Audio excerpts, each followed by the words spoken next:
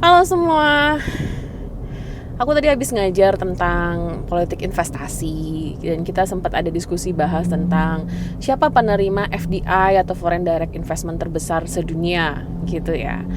Nah pertanyaannya, apakah betul foreign investment itu larinya kebanyakan ke negara berkembang atau negara dunia ketiga? Menurut Anda gimana jawabannya? Nah, kalau dari data yang dilihat, saya ngambil data dari OECD report, nanti saya kasih link referensinya di bawah. Penerima FDI terbesar di dunia itu justru negara-negara maju, seperti Amerika, Belanda, dan Jepang, teman-teman.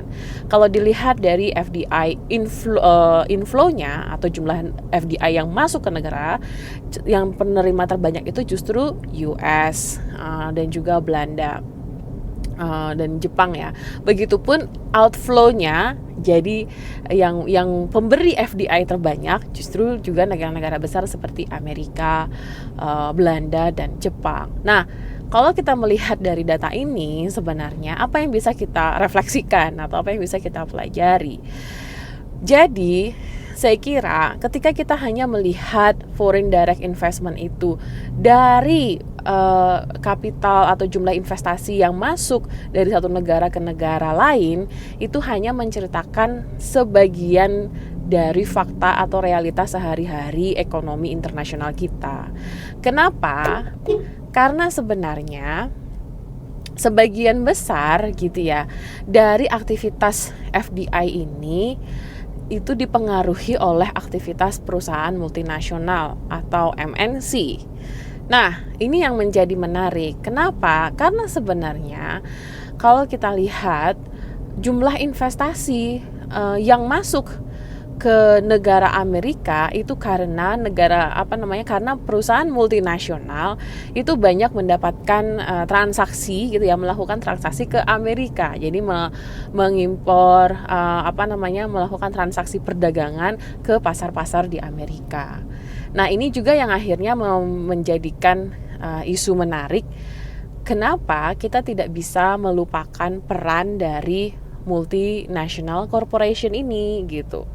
Dan ini juga ada kaitannya dengan neraca perdagangan. Kalau kita lihat kan narasi yang dominan diceritakan adalah bagaimana misalnya Amerika itu neraca perdagangannya defisit dengan Cina gitu misalnya ya. Ini kan yang juga menjadi kampanyenya Donald Trump gitu ya, bahwa kita itu perdagangannya selalu rugi dibandingkan dengan Cina. Nah, kalau kita mengambil dari kacamata MNC ini teman-teman, justru sebenarnya defisit perdagangan Amerika dan Cina itu juga sebagian besar dipengaruhi oleh aktivitas MNC-nya Amerika itu sendiri gitu. Kenapa? Contohnya misalnya kita ambil MNC Amerika di bidang elektronik gitu ya, seperti Apple atau perusahaan Microsoft, Google, dan lain-lain. Mereka tidak melakukan produksi barangnya hanya di Amerika, tapi justru sebagian besar produksinya ada di negara-negara lain seperti Cina. Artinya apa? Ketika mereka memproduksi barang di luar dan mereka menjual barang-barang yang sudah jadi itu dijual kembali ke pasar Amerika, yaitu yang akan menjadi faktor utama dari defisit perdagangannya Amerika. Lah barang misalnya bikin smartphone-nya diproduksinya di Cina, terus dijual lagi, dimasukin lagi ke pasarnya Amerika, artinya masuk ke impornya Amerika, sehingga kesannya impornya Amerika itu lebih besar daripada ekspornya Amerika. Kesannya perdagangan Amerika tuh rugi karena impornya lebih tinggi dibandingkan dengan ekspornya. Padahal kalau kita lihat dari kacamata MNC, tetap aja kok yang dapat profitnya yang paling banyak ya perusahaan MNC-nya Amerika lagi gitu.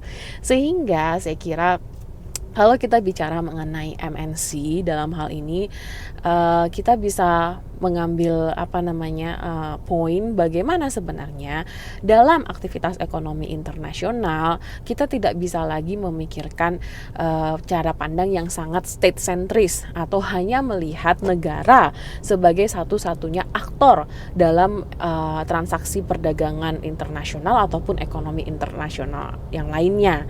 Tapi kita tidak bisa melupakan peran paling besar atau peran besar dari MNC yang mempengaruhi ekonomi internasional ini, teman-teman.